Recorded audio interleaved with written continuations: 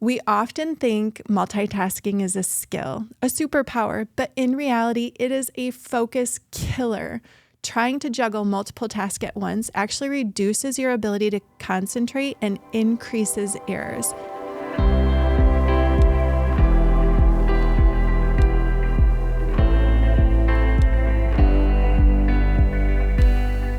Hey friends, today we're diving into my favorite F word. Before your mind goes there, this is one F word that will completely transform how you approach life, work, and even your mental fitness. It's something we all crave, but rarely talk about. Curious? Stick around because this F word is about to take center stage. Welcome to A Work in Progress, where we dive into tips and tools for building a mentally fit foundation. I'm your host, Kimberly, and in today's podcast, we're going to explore my favorite F word. Have you thought about it? It's focus.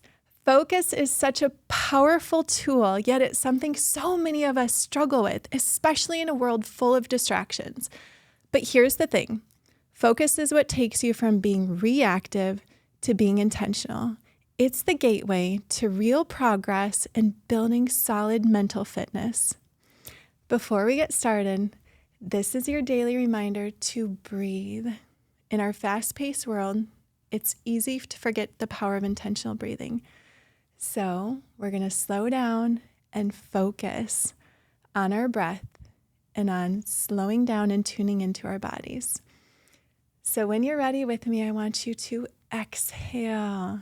And with the exhale, relax your shoulders, drop your tongue from the roof of your mouth, and just breathe. So many times we forget to breathe. Take a moment and notice what happens to your breath when you slow down, you recenter, and you refocus.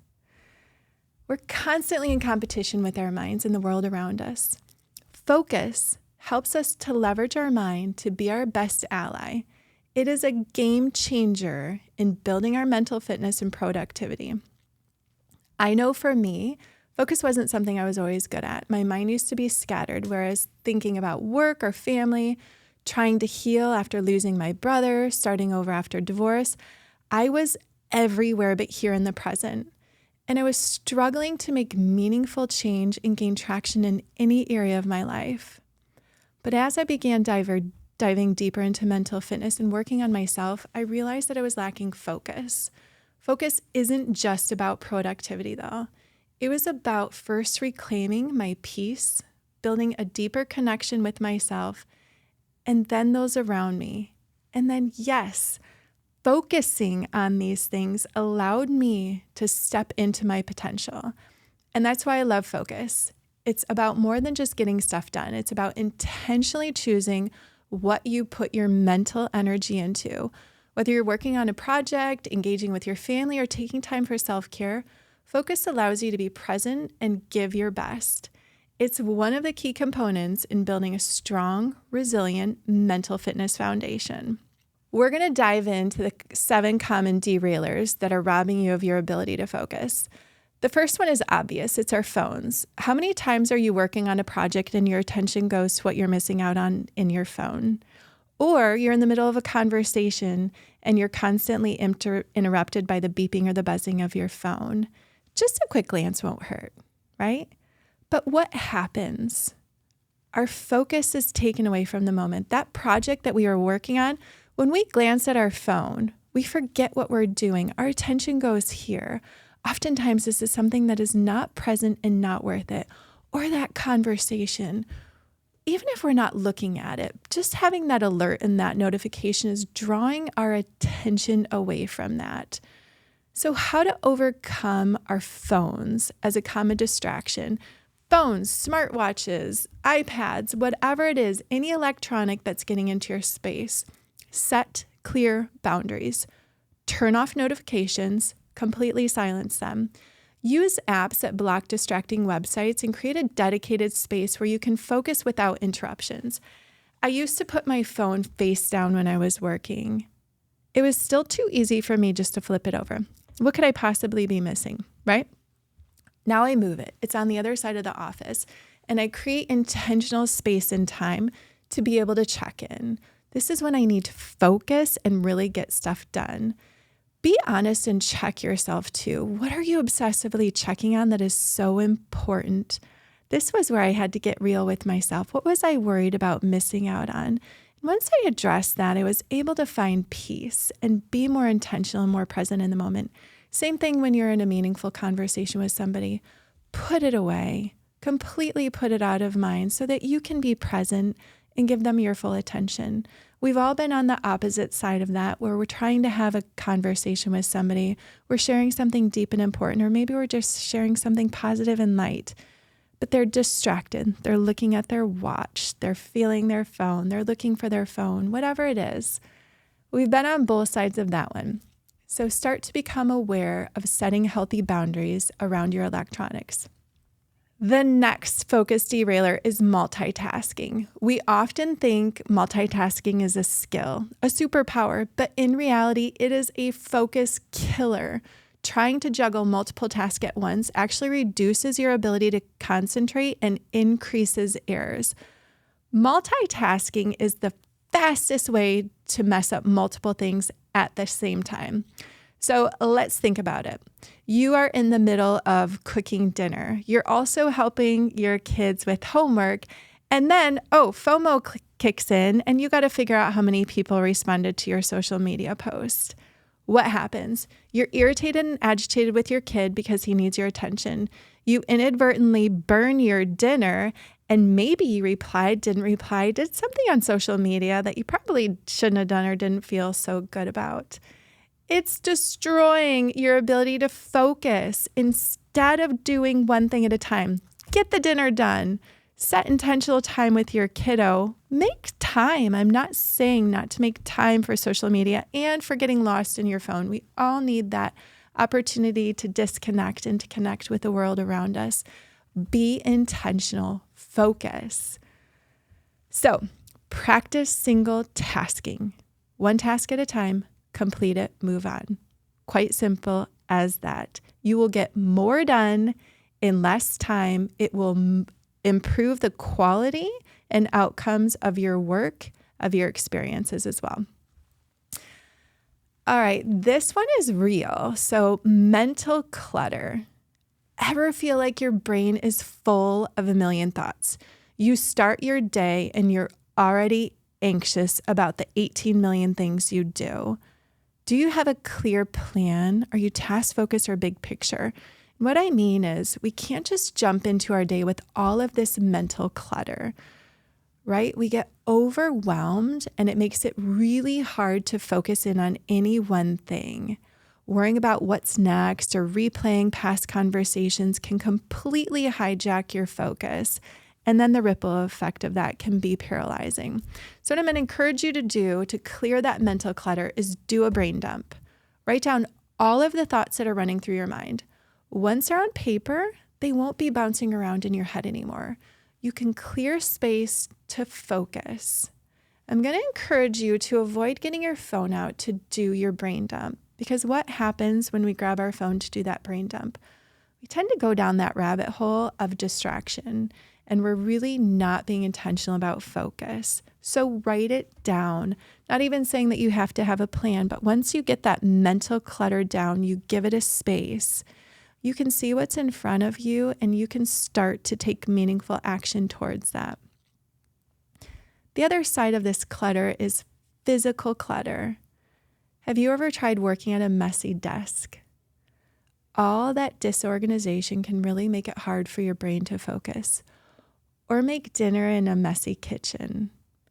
Physical clutter leads to mental clutter because the chaos around you is constantly competing for your attention. Take a moment, declutter your workspace before diving into a task. Even something as simple as clearing off your desk can create that sense of calm and help you focus. Your environment has a significant impact on your mental state. Practice those 2-minute tasks. I promise you, it's not going to take you more than 2 minutes to tidy up your workspace, to put away the dishes. 2 minutes. If it takes less than 2 minutes, just do the thing. Lack of sleep and fatigue. We all know that this is an absolute productivity killer. But when you're tired, focus is one of the first things to go. Fatigue dulls your mental sharpness and slows down your cognitive processing, making it really hard to stay on task. It can also make you edgy and irritable. You've got to prioritize sleep and rest. You can't pour from an empty cup, and that goes for your focus too. A rested mind is a focused mind. If you're feeling fatigued and you can't get through the day, take a moment, do a rejuvenating meditation, take a 20-minute power nap. Because when we don't slow down and we keep trudging along, I'm sure you can think of times where going at that pace has led to a lot more errors and distractions and loss of productivity. Take time, prioritize sleep and rest. Lack of motivation or interest. This is a really hard and interesting one too. So it's really difficult to focus on something you're not invested in or that does not excite you. All of these areas of focus that we've talked about so far, these derailers, can really impact our lack of motivation as well. When we're sitting at a messy desk, are we really that motivated? Or when you've got an appropriate workspace, right? That helps to increase your motivation. But a lack of motivation can make even the simplest task feel like a mountain to climb, leads to procrastination, which sets off that should and shame cycle, right? I really should do the thing. And as we talked in the past, should leads to shame and shame leads to self-sabotage. Are you actually doing the thing? Or are you getting caught in that cycle and leading to paralysis? Or if you're not doing it, you lack motivation and you wait until the last minute. This leads to late nights or not having all of the pieces that you need, and then you're stressed and struggling. So it just fuels this lack of productivity and it makes everything else worse around you. You've got to just do the thing. We can't avoid. We can continue to procrastinate, but we're not going to do that anymore. We want to change the course because we know the cost of procrastinating is far too great. So JFDI, just focus and do it. Break down the task into smaller, more manageable pieces. Set small goals to keep you moving forward, or find a way to tie the task to a bigger, more meaningful outcome. Create a reward system. I'm just going to put a little air of a caution here. Be cautious about using food as a reward. I fell into this cycle, right? Once I do the thing, then I'm going to reward myself with ice cream. Well, that was not a healthy habit for me to set myself on that pattern because fitness and food are two of my foundational pillars as well. So just be mindful of what that reward was. Maybe it's a cup of tea. Maybe it's screen time. Maybe it's creative time. Another way to overcome motivation or lack of motivation is get yourself psyched up. Throw on some great music to get you motivated. Move your body. Get yourself outside. Change your scenery. Change things up as many ways as you can think of. Maybe it's the satisfaction of crossing things off of your list as well that keeps you motivated. Do that brain dump and then get working on the things. Stop procrastinating. It is a focus derailer. All right, the last thing is stress and overwhelmed. When you're stressed, it's really hard to concentrate. Your mind is constantly racing, trying to handle everything at once, which makes it difficult to focus on any one thing. Similar to lack of motivation, stress can lead to paralysis and set off that should-shame cycle. Be intentional and honest with yourself. Maybe your work-from-home scenario is distracting and is causing stress and overwhelm. Maybe having an unclear, unhealthy workspace is leading to that sense of overwhelm. Whatever it is, take a moment and identify that. Practice mindfulness techniques like deep breathing or meditation to calm your mind. I asked you in the beginning, how did you feel after just taking a quick second and breathing? I'm not saying it needs to take long.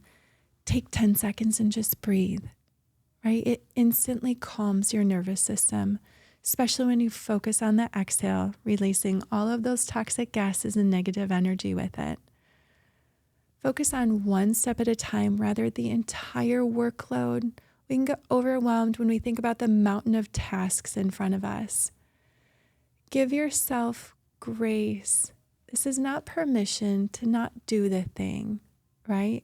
But it's giving yourself grace. Take your time, be kind to yourself, recognize where you're at, but then start taking actions towards it and give yourself credit for the actions that you're doing. So I have a question for you. What needs your focus? And how can you prioritize it? When you can learn to focus, you begin living and loving your best life. Still processing and not sure? Let's take a moment to center ourselves and practice the art of focus. We're going to settle in to a meditation around this. When you're ready, my friends, eyes closed with me, I want you to focus on your breath. Don't judge it, don't control it, let it be. And with your exhale, we're going to go back to releasing tension that may have crept up during our time together. And with the inhale, I want you to start to be curious about what is one area in your life that you really want to prioritize and focus on. Just choose one. I'm sure there's a whole list of them lining up. And once you've settled in on that one, I want you to be intentional with your exhale about releasing any blocks and barriers that are in your way. Maybe it's mental clutter, maybe it's physical clutter, maybe it's self-doubt, maybe it's just a cycle of procrastination. Maybe this isn't something that you really want, it's a should. Inhale and visualize yourself doing the thing. Feeling empowered and energized when you do the thing. When you become the thing. The overcomer, the achiever, the healthy person, the happy mom, the grounded husband. Exhale, release those limiting beliefs, those barriers, those negative thoughts. Stay in this breath cycle and continue to visualize yourself. What is it in front of you that you're focused on? Visualize yourself accomplishing it and achieving that. Be curious. How are you holding your body? Is there energy and light around you? Don't judge, just observe with a curious open heart. And with the exhale, visualize all of those distractions and derailers being shattered and set aside and pushed away. Inhale the opportunities, the feels that come along when we can take time and focus. Exhale, releasing all of those blocks and negativity with it.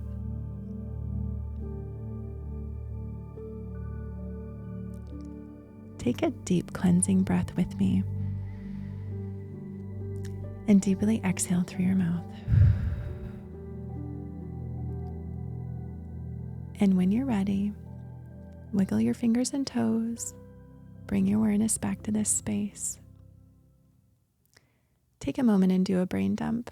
What was your experience? What is one thing that your subconscious is reminding you that you need to focus on that requires your attention? Thank you for joining me today on A Work in Progress. If you enjoyed this episode, make sure to subscribe or follow the podcast so you never miss an update.